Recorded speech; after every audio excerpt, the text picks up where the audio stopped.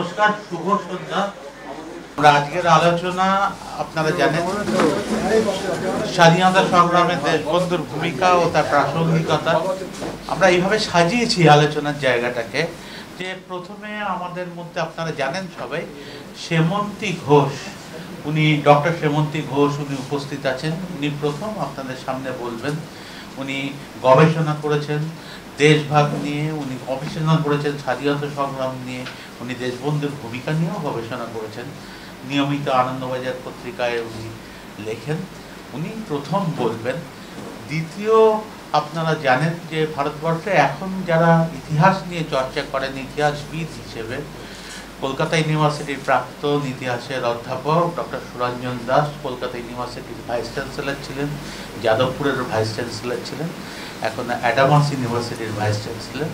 উনি আমাদের দ্বিতীয় বক্তা। তৃতীয় বক্তা উনি ডক্টর অমিয় কুমার সামন্ত। উনি পেশাগতভাবে উনি সেন্ট্রাল পুলিশের সঙ্গে যুক্ত ছিলেন, সেন্ট্রাল আইবির সঙ্গে যুক্ত ছিলেন, পরবর্তীকালে রাজ্য পুলিশের সঙ্গে। এবং উনিও দেশবন্ধু নিয়ে সেই সময়কার বিপ্লবীদের যে কার্যকলাপ সেটা নিয়ে গবেষণা করেছেন। তো ওই দিক থেকে আমাদের চাহিদা তিনি তার বক্তব্যটা বলবেন। আচ্ছা, আমরা যখন এই আলোচনাটা নিয়ে আমরা ভাবি যে তখন আমরা আজকে মিস করছি পার্থসারথী সেনগুপ্ত। উনি আজকে অসুস্থ, সেই কারণে আসতে পারছেন না। উনি আমাদেরকে প্রস্তাব দেন যে দেশবন্ধু মৃত্যু শতবার্ষিকী কমিটি একটা অলরেডি ফর্ম হয়েছে এবং সেই কমিটির ক্ষেত্রে যে আমরা যদি একসঙ্গে তাদের সঙ্গেও আমরা এই সভাটা করতে পারি। তো তার সম্পাদক উনি রয়েছেন এখানে, অনন্ত বর্ধন বিয়েতে। তো প্রাক্তন জাজ, তো প্রাক্তন বিচারক উনি এখানে রয়েছেন। তো আমরা আলোচনা শুরু করতে চাই। আমাদের এমনই অভ্যাস যে যাকে একবার নেতৃপদে বরণ করি তার উপর এত ভার চাপাই, তার কাছ থেকে এত বেশি বেশি দাবি করি যে কোনো মানুষের পক্ষে এত ভার বহন বা এত আশা পূরণ করা সম্ভব নয়। চিত্তরঞ্জন দাশের অকাল প্রয়াণের পর মান্দালয় জেলে বসে মর্মাহত তরুণ সুভাষচন্দ্র বসু এই কথাগুলো লিখেছিলেন। সত্যি এটা নেহাত কথার কথা নয়। ওই সময় দেশবন্ধু যে অসম্ভব ব্যস্ততায় কাজ করে চলেছিলেন, সেই সময় অসহযোগ আন্দোলন শেষ হয়েছে, কিন্তু ওর কাজ তো শেষ হয়নি। উনি তো নানা রকম অন্যান্য কর্মব্যস্ততায় ডুবে গেছেন, এতটাই বেশি। এই কথাটাও আমার খুব ইন্টারেস্টিং লেগেছে যে তার সমসাময়িক শরৎচন্দ্র চট্টোপাধ্যায় তিনি ওই সময়কার কথা মনে করে পরে লিখেছিলেন যে গয়া কংগ্রেস থেকে ফিরে একাকী তাহাকে ভারতের এক প্রান্ত থেকে অপর প্রান্ত অনবরত যুদ্ধ করিয়া বেড়াইতে দেখিয়াছি। জগতের ইতিহাসে বোধ করি ইহার কোনো তুলনা নাই। দেশবন্ধুর প্রয়াণের পর বাংলার রাজনীতি অনেকটা পাল্টে যায়। একটা বড় বাঁক ছিল সেই 1925 সালের 16ই জুন। সত্যি কথা বলতে কি, তারপরের অনেকগুলো দশক ধরে অনেকেই মনে করতেন, মানে খ্যাতনামা মানুষরাও এবং স্বল্পখ্যাত মানুষরাও সবাই মনে করতেন যে দেশবন্ধু যদি থাকতেন তাহলে ইতিহাস অন্যরকম হতো, বাংলার ইতিহাস অন্যরকম হতো, হিন্দু মুসলমান সম্পর্ক অন্যরকম হতো, এমনকি হয়তো দেশভাগও হতো না। আমি নিজের গবেষণা করবার সময় 1990 দশকের শেষের দিকে বাংলাদেশ এবং পশ্চিমবঙ্গে অনেক জায়গায় ঘুরে বেরিয়েছি।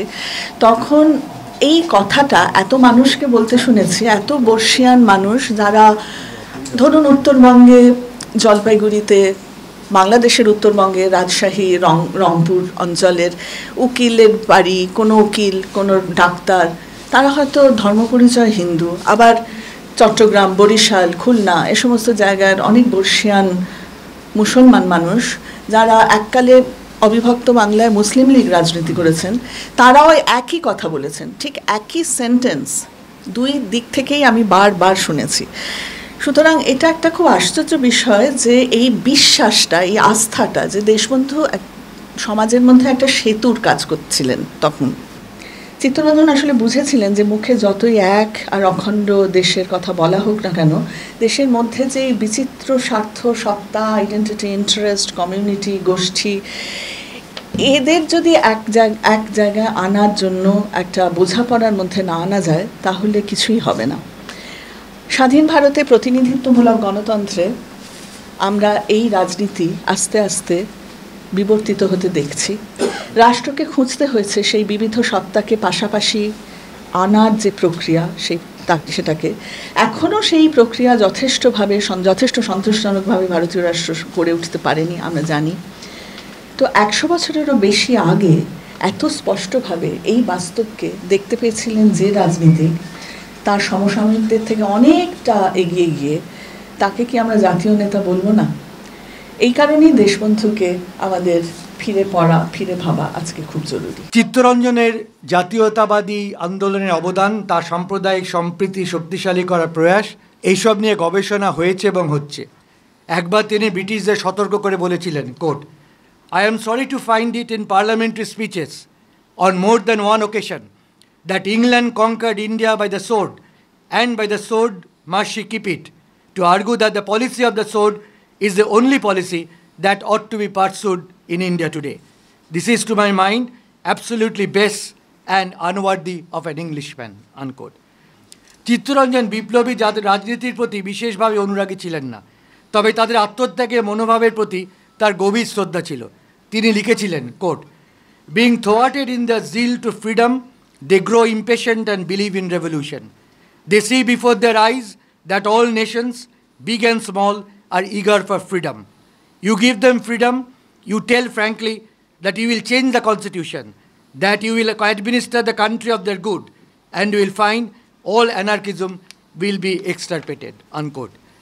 এই কারণেই বিপ্লবীদের আইনি সুরক্ষায় ঝাঁপিয়ে পড়া চিত্তরঞ্জনের পক্ষে স্বাভাবিক ছিল। বিনা পারিশ্রমিক তো বটেই, কখনো কখনো নিজের আর্থিক সম্পদ ব্যয় করে এমন মামলা বহন করেছেন। চিত্তরঞ্জন ভারতের জাতীয় কংগ্রেসের মধ্যপন্থী ও চরমপন্থী অংশদের মধ্যে সেতু বন্ধনের ক্ষেত্রে গুরুত্বপূর্ণ ভূমিকা পালন করেছিলেন। চিত্তরঞ্জন জীবনের আরও একটা দিক যে এখনও পর্যাপ্তভাবে গবেষণা হয়নি, তা হলো তার আধ্যাত্মিকতা।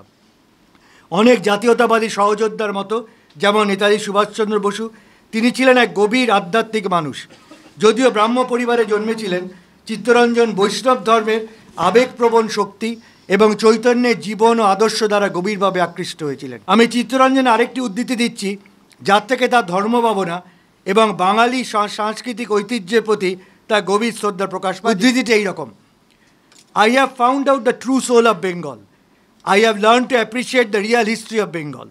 The images of Buddha of the Buddhists, of Shiva of the Shaivas, of Shakti and the Shaktas, and the devotional love of the Vaishnavas rise up before my vision.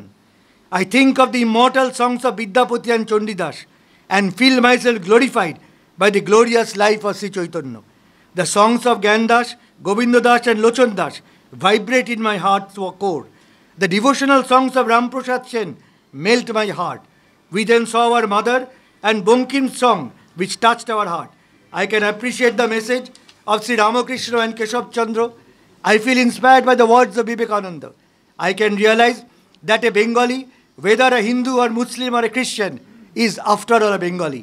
He has an individuality of his own. He has his own culture. And if he means to realize himself, he will have to be a true Bengali. The Bengalis have some distinction from the rest of the creation, a special aspect of the eternal manifestation of the Creator's will." Chittaranjan সম্পর্কে একটা কথা আমাদের মনে হয় সমস্ত বাঙালিরই মনে হওয়া উচিত, এবং হয়তো হয়ও। চিত্তরঞ্জনের তাই ওই একটা ব্যাপার ছিল, যিনি প্রভিন্সিয়াল অটোনমি বলতে যার বুঝতেন, এবং সেটা তিনি বারবার বলেছেন এবং সরকারকেও বলেছেন।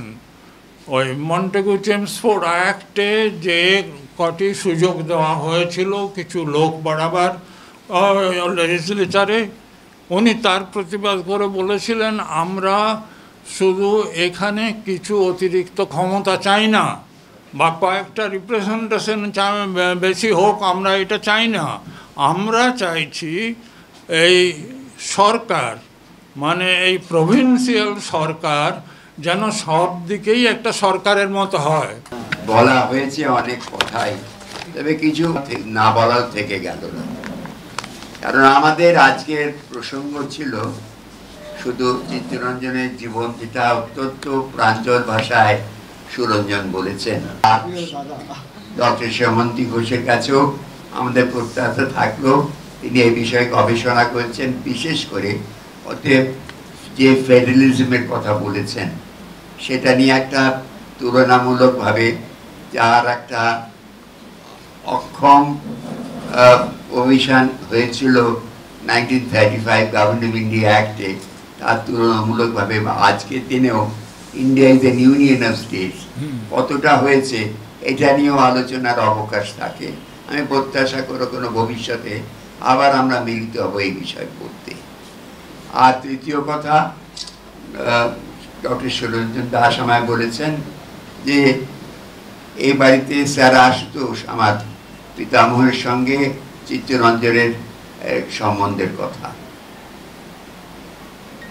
আমি লম্বা করে কিছু বলতে চাই না, তবে এ বিষয়ে কিছু আলোচনা করার বিষয় হচ্ছে যে যদিও বাইরে তিক্ততা ছিল, কারণ যতক্ষণ না অসহযোগ আন্দোলন প্রত্যাহার করা হয়েছে, স্কুল কলেজের ছাত্রদের বর্জন করার চিত্তরঞ্জন গান্ধীজির সঙ্গে যুক্ত হয়ে যে আবেদন করেছিলেন সেটায় উনি সায় দেননি। উনি বলেছিলেন আমার এটাই ন্যাশনাল ইউনিভার্সিটি। আর আমি বেশি বলতে চাই না, স্বাধীনতার কথা, শিক্ষায় স্বাধীনতা যার বেশি এখন একটু অভাব অনুভব করছি, একটু কেন যথেষ্ট অনুভব করছি, তখন যদি একটা অন্যতম স্তম্ভ ছিল শিক্ষার। আর দ্বিতীয় কথা হচ্ছে যে শোনা যায় মনিরামপুর ব্যারাকপুরে যখন স্যার সুরেন্দ্রনাথ ব্যানার্জি প্রার্থী হলেন 1919 সালের গভর্নমেন্ট অফ ইন্ডিয়া অ্যাক্টে, তখন কিন্তু ডক্টর বিধানচন্দ্র রায় যুবক ডাক্তার তাকে পরাজিত করেছিলেন ভোটে। আমি জানি না কথাটা কোথাও লিখিত নেই, শোনা যায় যে নাকি আমার পিতামহ চিত্তরঞ্জনকে বলেছিলেন তুমি বিধানকে করো না, তা করাও না ওখানে। তো তিনি তার মধ্যে যে উজ্জ্বলতম দিনের কথা ভেবে করেছিলেন, এবং এই ঐতিহাসিক সত্য। আর চতুর্থ কথা আমি শুনেছি, যেটা আমি আমাদের পরিবারের মধ্যে শুনেছি, যে স্যার আশুতোষের সঙ্গে আর চিত্তরঞ্জন দাস শুধু আমাদের এক সময় বাস করতেন, একই পাড়ায় থাকতেন না, তার চেয়েও বড় কথা উনি সেই সময় একটি স্যার সুরেন্দ্রনাথ বন্দ্যোপাধ্যায় অভিযোগ করেছিলেন বড়লাট সাহেবের কাছে গোপনে যে স্যার আশুতোষ রাজনীতি করছেন, যদিও হাইকোর্টের তিনি বিচারপতি একজন। তার ফলে বাজপেয়ী, গিরিজাশঙ্কর বাজপেয়ী তখন সেই সময় ইয়াং সিভিলিয়ান, তাকে গোপন অনুসন্ধানে এসেছিলেন এবং তিনি অনুসন্ধান করে একটি রিপোর্ট দিয়েছিলেন, সেটি আর্কাইভস রেকর্ডসে আছে। তিনি বলেছেন শুনছি বটে যে আশুতোষ একক বা যুক্ত হয়ে চিত্তরঞ্জনের নাম লেখা নেই, তাতে একটা আলোচনা করছেন রাজনৈতিক পক্ষ গঠনের জন্যে, কিন্তু কিছু সঠিক প্রমাণ আমি পেলাম না। অতএব চিত্তরঞ্জনের সঙ্গে বাইরের যে রিলেশনশিপই থেকে থাকুক, কিন্তু তারা ব্যক্তিগতভাবে পরস্পরকে শ্রদ্ধা করেছেন, ভালোবেসেছেন। আর শেষ কথা, তিনি একটি এখানে অনাথ আশ্রমের প্রতিষ্ঠা করেছিলেন, যার শতবর্ষ পালিত হয়েছে গত বছর, তার সঙ্গে আমি সংশ্লিষ্ট।